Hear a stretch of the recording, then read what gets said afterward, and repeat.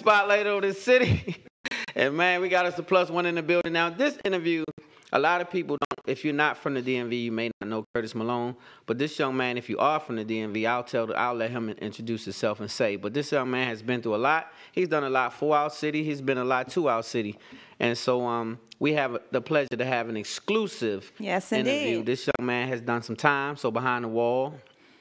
And so he's fresh from behind the wall to tell his story to the public. So he's going to let it be known right here on Spotlight over this. Y'all want to, let's welcome Curtis Malone to the show, y'all.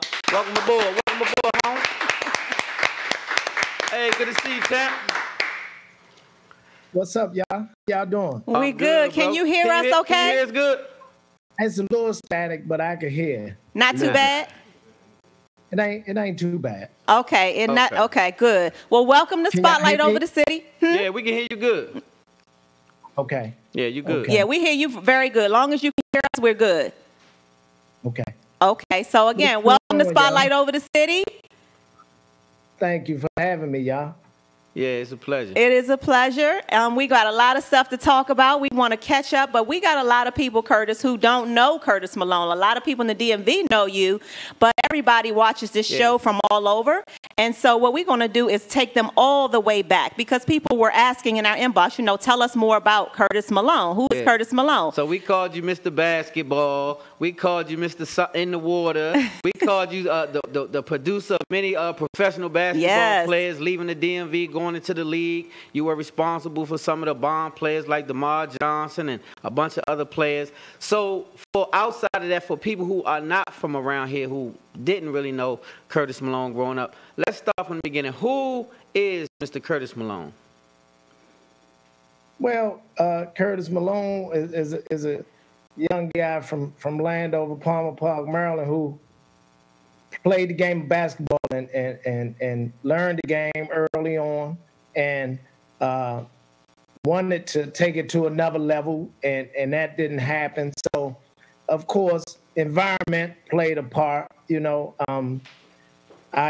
I did was use what I didn't do for myself and tried to turn it into a positive with helping kids, giving back, trying to help youth not make the same mistakes that I made. It was so easy to turn the corner and do the wrong thing back in the 80s, you know what I mean? So my thing was, how can I not allow these kids to make the same mistakes, you know what I mean? So I wanted to create a program and just really help kids, and that's how I started, just from not realizing that I wasn't going to make money playing basketball. So I figured, let me help kids and maybe I could change their lives. Cool. Yeah. So after high school, so you played, for those of you who don't know, I'm a Parkdale Panther and so is Curtis. So we are Parkdale Panthers for life. And so after high school, is that when you went on to create DC Assault? How did that come about? No, I test the waters for college basketball. It didn't go as planned. And my last stop was up in Potomac State, up in West Virginia, junior college. I played up there. And we had a couple of guys from Parkdale, Irv White and Booby and Steve Austin and guys, Kevin White. So we had like the whole Parkdale crew up there. And that didn't go well. I wanted to party on the weekends, drive back to D.C., go down to Chapter 3, the RSVP. And so that didn't work out for me. So I just said, let me get into coaching. I had gotten some trouble in 1991. And after I finished with that little thing, what I did was say, let me help these kids, man, because, I didn't really have the guidance. The guidance we had coming up wasn't the right guidance, the guys, our doctors and lawyers were the street guys, you know what I mean? So we didn't have no direction, so I just turned to DC Assault and we created this youth program, me and Troy and a couple of buddies. And when you say Troy, you're talking about Troy Weaver, right? He just got something with the Detroit Pistons, right? Yes. General manager. Yeah, he just got the job of GM, general manager. Okay, and so both of you started DC Assault in what year was that? That was 1993. Okay, 93. We started coaching with the PG Jaguars for a year with Miss Tillman. Miss Tillman gave me my first coaching job. She let me coach the Jaguars. She cursed me out so much. I said, man, I got to start my own team. Because if anybody going to be cussing somebody out, I'm going to be the one cussing everybody out. But bless her heart, that was my baby, man. And I wasn't here to go to her services, but that was my heart. Yeah, shout out R.I.P. Miss Tillman, Joyce. Yeah, we all love Joyce. Yeah. I used to hear Stan talk about her all the time. I never got to meet her, but I heard a lot about her. Yeah, hell of a cusser, but a hell of a lady, though. So you have done some amazing things, though, Curtis. I don't want you to be as humble as you're trying to be right now. I want to give you accolades. A lot of these young men, most of these young men that come from our area, the DMV, you've put them in the league. Most of them that's made it to the league, you are responsible directly or indirectly. So that's what I want people to know about Curtis. When you see a lot of these NBA players, you had a hand in a lot of those careers. You want to tell us about some of the people, Curtis, that that was under you and went into the NBA? Who are they? Well, some of the kids that came through the program, we had some really good players that didn't make it, that should have made it and should have made it and played a long time. Guys like Mark Koch and Kevin Lai, Delonte Hill. But then we had like DeMar Johnson, James White, who played in the league, Bernard Robinson, who went to Dunbar, went to Michigan, Dante Cunningham, who just, I guess, retired, played about 12, 13 years, I believe. Jeff Green, Ken guy. That's right. Terry. Ken we had a kid, Andres Bedras, that played with Golden State, a foreign kid that had came over and played with us some. Then we had Michael Beasley, Nolan Smith. We touched a lot of those kids early on, man. And times just changed so much from back then. Back then when we started DC Assault, man, it was the kids just was all about basketball, and it wasn't parents as involved, and it was you could really coach the kids and let them be players. And now it's so much of a business now, you know what I mean? Yeah. So times has just changed so much. Wow. Okay, so you've gotten through when you started DC Assault, and that was a very successful program for quite some time. And then take us through that part of your life and what happened after that. Well, we had DC Assault for 20 years. Of course, Troy left early on. Troy took a college coaching job, so he left. And at that time, it was me and Mike Sumner and Damon Handon coaching the team, running the program. And from there, the program just blew up, and it really expanded. We expanded to Florida. We had Florida Assault. We had Texas Assault. Wow. We had Philly Assault. And we just expanded. On our Texas Assault, we had like Marcus Smart, who in the league now. And those teams had a lot of players too. But, after 20 years, of course, in 2013, I ran into my little bump in the road. I went back and got into something I really had no business getting back in. But, I can't cry over spilled milk right now. You know what I mean? So that's where it's standing. And DC Assault ended at that point once I went away. Yeah, so that's some of what people wanted to ask. That's, of course, a lot of people wanted to ask some of the tough questions. Me, myself, I'm coming from the street myself, so I can identify. And so one of the questions myself, I personally wanted to know is, what was your thought process? Like, I know you helped a lot of people, and you've done some magnificent things in the community. So what was your thought process going back into handling drugs, so to speak, after you was already in a great position with the basketball program? You said what was my mindset going back into that lifestyle? What drove you to say I need to put my hands there for a second? You know what? Really, to be honest, Stan, it was more of greed and selfishness. My super optimism. Thinking that I could do what I want to do when I want to do it. Still affiliating with good friends who were still in that lane. And just still having one foot in, one foot out of that life, you know what I mean? But not breaking the law, you know what I mean? And when things get a little tough, or, you know, my tough is probably a little different from the average tough, you know? So when things get a little rough for me, which, like I said, isn't rough for most people, you know, I thought I'd dip and dab back into something I really shouldn't have done, you know what I mean? And I regret doing that. Yeah. I respect what you said. I only asked that question because as an ex-street guy myself, I can relate to what you just said 1,000%. I've been in tough situations in the past where I know plenty of friends where I can make that call and you can fix your problems real quick and things will be fine. It's been a struggle in the past to fight against that and stay legal and just take the bumps, right? So I respect you for what you just said. And so salute to you for picking yourself back up. And I'm pretty sure now you're ready to put a heck of a life together all over again. Yeah. How and Terry, and saying, my biggest problem was Curtis want to save the world, and I can't tell nobody no. That's a cancer, though. One of my kids' parents are going through a rough situation. It's my situation, and that's just the loyalty to me, and really just putting so much on my plate, man, at one time, and just feeling like, you know what, I'm gonna get us through this. You know what I mean? So it was just me feeling like I could do it and get away with it. You know what I mean? But I regret it, boy, going away at 45 years old. Goddamn, I wish I'd have did that at 30, because there's a difference. Hey, but Curtis, let me tell you something, though. Let me say, you're getting a lot of hearts, too, on Facebook. Yeah, a lot of people. A lot of people giving you hearts for your conversation. And I just want to say thank you for your honesty, first of all, because it's tough to come home and face a community, because a lot of people look up to Curtis Malone.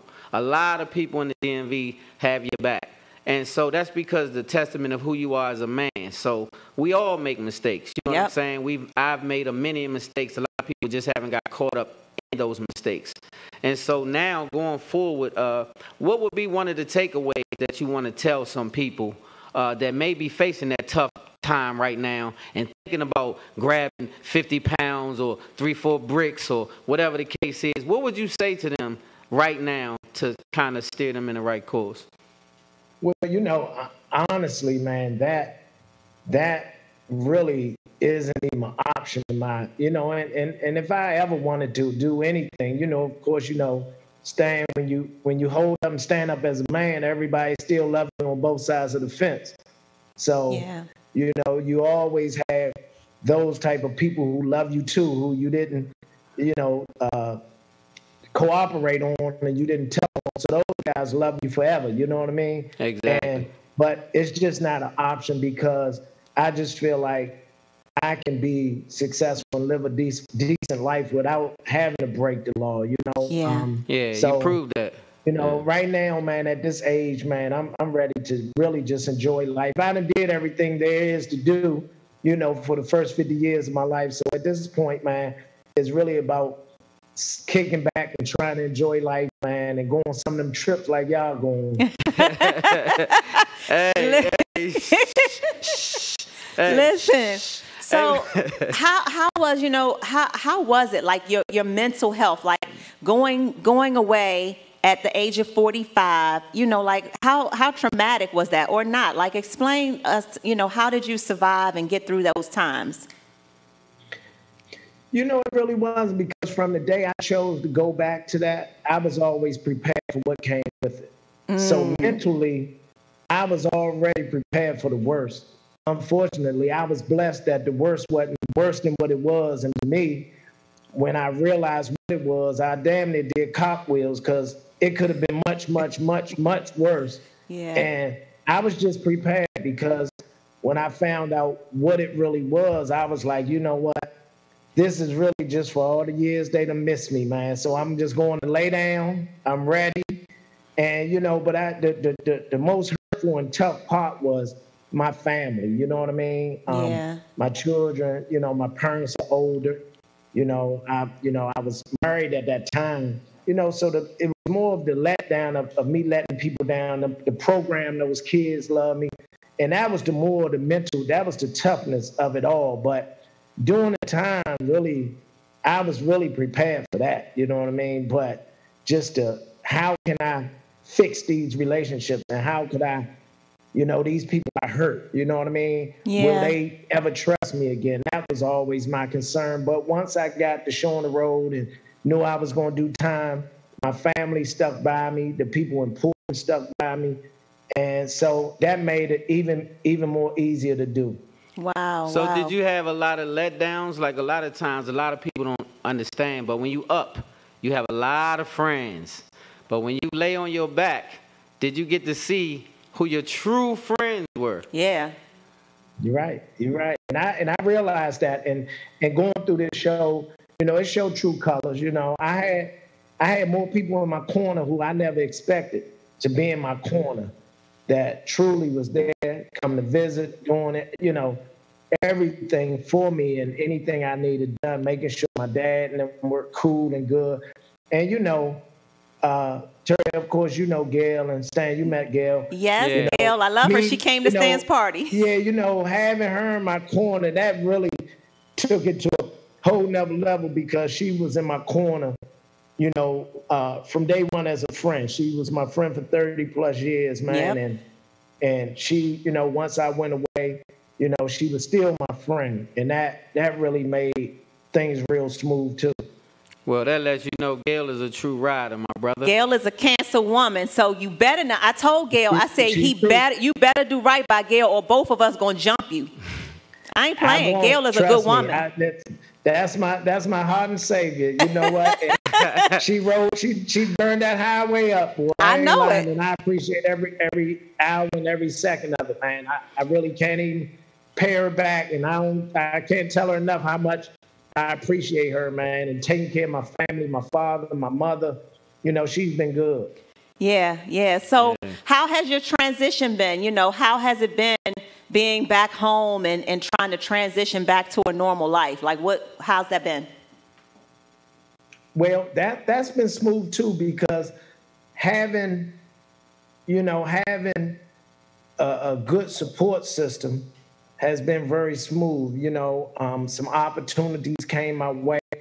When I was away, I had people reaching out to me, trying to help me on some projects and my story and everything. So coming home it's been great, with everything just really falling in place like I prayed that it would, you know what I mean? But that's been the smoothest part. And with this COVID going on, that's been even better, because I can just stay in the house. I ain't got nowhere to go, but I'm on the phone and the computer all day. So I'm getting things done. Hey, so a lot of people wanted me to shout you out, but they said the one thing they wanted is another In the Water Part 2. So shout out Jimmy Jenkins and all the homies that had a part in that.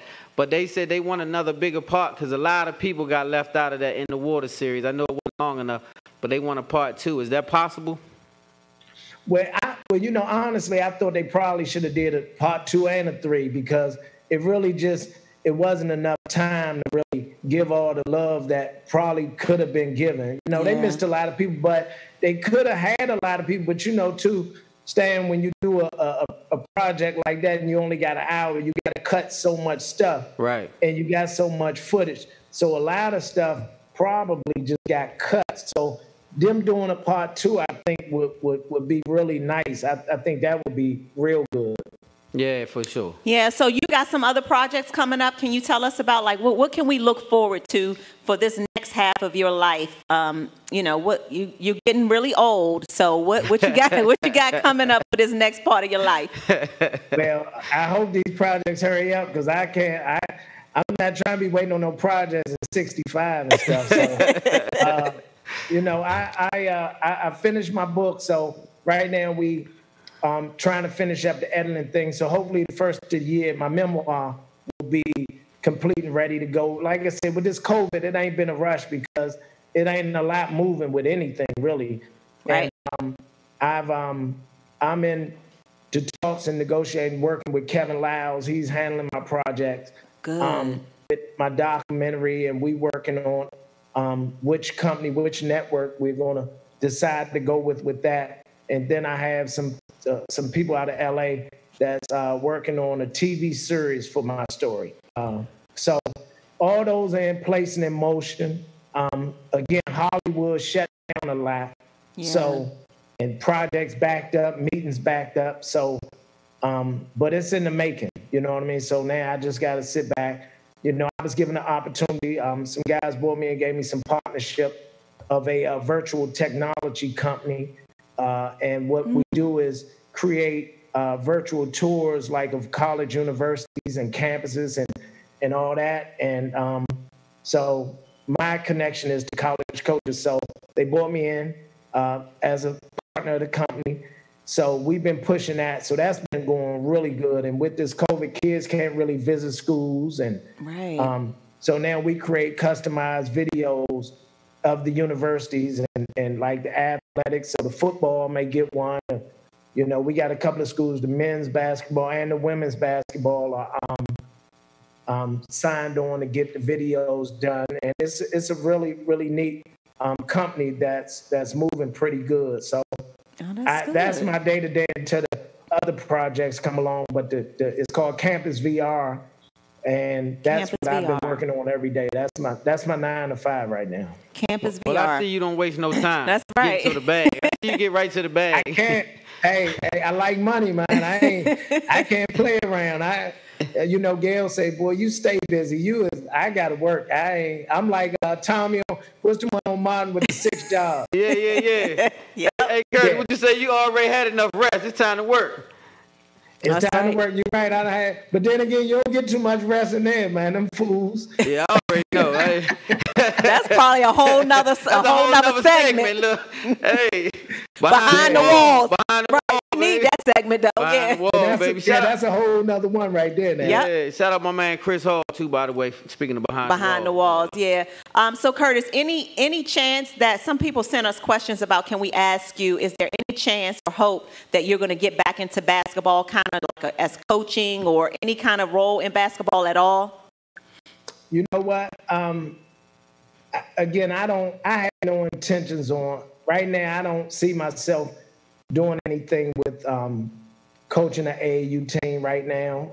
It's really too time consuming, and really, to be honest, at the level that we did it at and I did it at, it's time consuming, and it takes a lot of time to go recruit them kids and get involved. And so I would say right now, no, I have no intentions. I've also been considering doing some life coaching, you know, some public speaking and stuff like that. I got some people trying to set up some things like that. So that's about as close as basketball I would get, you know. Okay. And right now, that's, you know, I got some teams that want me to help, and I may just consult with some guys, but right now I can't jump full. I can't do it right now. Yeah. Okay. So anything else you would like to say to our viewers and listeners about, you know, Curtis Malone or your story? Anything else you would like to put out there before we let you go and wrap this up? No, you know, I just, you know, for the, you know, most of the people that, you know, a lot of the kids and families that came through my program, you know, and most of them know how sincere I am and how hard, you know, it was on me because of the letdown, you know, and I'm blessed that they all still support me, most of them for the most part, you know. So again, any help with any of my kids that came through the program, you know, I'm still close with all of them. And I've even told people who have questions, just people I don't even know, who kid might be going through something, or, you know, if they want to reach out and get some advice or anything I can help anybody with, you know, that's who I am. I just don't have no money to pay for nothing right now. Tell them don't ask Curtis for no money. Yeah, I'm pretty sure you'll get your bag soon. I know it's right around the corner for you, mister. Well, you have a really great story, and like Stan said, a lot of people in the DMV have always looked up to you, especially the kids and who are, you know, in the basketball arena. And, you know, again, we appreciate you sharing your story with Spotlight Over the City. Did you happen, one more question, Curtis, did you happen to lose friends that shocked you? Like, did you happen to get people that turned on you that made you be like, damn, for real? Did that happen? Yeah, you know, I lost a few close friends, you know, or you know, at least people that, you know, I thought would be with me through the ride, you know. And I realized that, you know, people want to make their own decision, and people feel like they have to do what they feel is the best thing for them. Right. You know, so I lost a few close people to me. And again, you know, I'm not upset at anybody. You know, I went away, I did my time, and I'm not coming home stressing about no. Right. You're not harboring any bad feelings. If you feelings. wasn't riding with me, hey, we don't need to ride together now. That's just how I am. You know? So if you wasn't on my team while I was away, you can't be on it now. So I'm keep fine that with same it. energy. I'm, you know what? I'm at peace. Like I always say, I can look in the mirror at myself every day. Yeah. That's what's up. That's what's up. Well, again, we appreciate it, baby. You got any other questions before we let them go? Nah, man, I just want to say I appreciate you for coming on board, man, and giving us an exclusive interview, being very candid. I know that's tough. And welcome home, basically. Yeah, welcome home. I appreciate y'all, too. I appreciate you having me. Anything you have going on, though, Curtis, like when your documentary, when your book, all of that stuff comes out, just know Spotlight Over the City's platform is always open, and we will always, you know, have you back on the show to get stuff out, your premieres, whatever it is. Just let us know. All right, when I get ready to move around, I'm going to come through and do a drive-through like Pete and Danny now. Okay. Yeah, Pete and Danny, we're that's supposed to come through here and pop a bottle with us and celebrate. Yeah. Yeah, for sure. And everybody asks about you too, man. So just know you got a lot of love from the DMV. Yep. Okay, and I appreciate y'all too. All right, tell Gail I said hey. Okay. All right, thank you again. Thank y'all. Y'all give it up for Curtis Malone. All right. Lit, man. We keep the bomb guests. That's an exclusive interview. We are the first to get it. But I do appreciate that, man, for coming through, because he means a lot to a lot of people in the city. Curtis Absolutely. is a good guy. He's always been known to be a good guy. Too good. That's why I say cancers, we have this thing, and we just feel like we have to save the world. We put the whole world on our shoulders, don't we, baby? He always telling me all the time, like, you can't fix everything, everybody. Don't share accounts. He be like, there you go. I'm trying to take God's job all the time. Let God do some work, right? Let him work a little bit. Hey.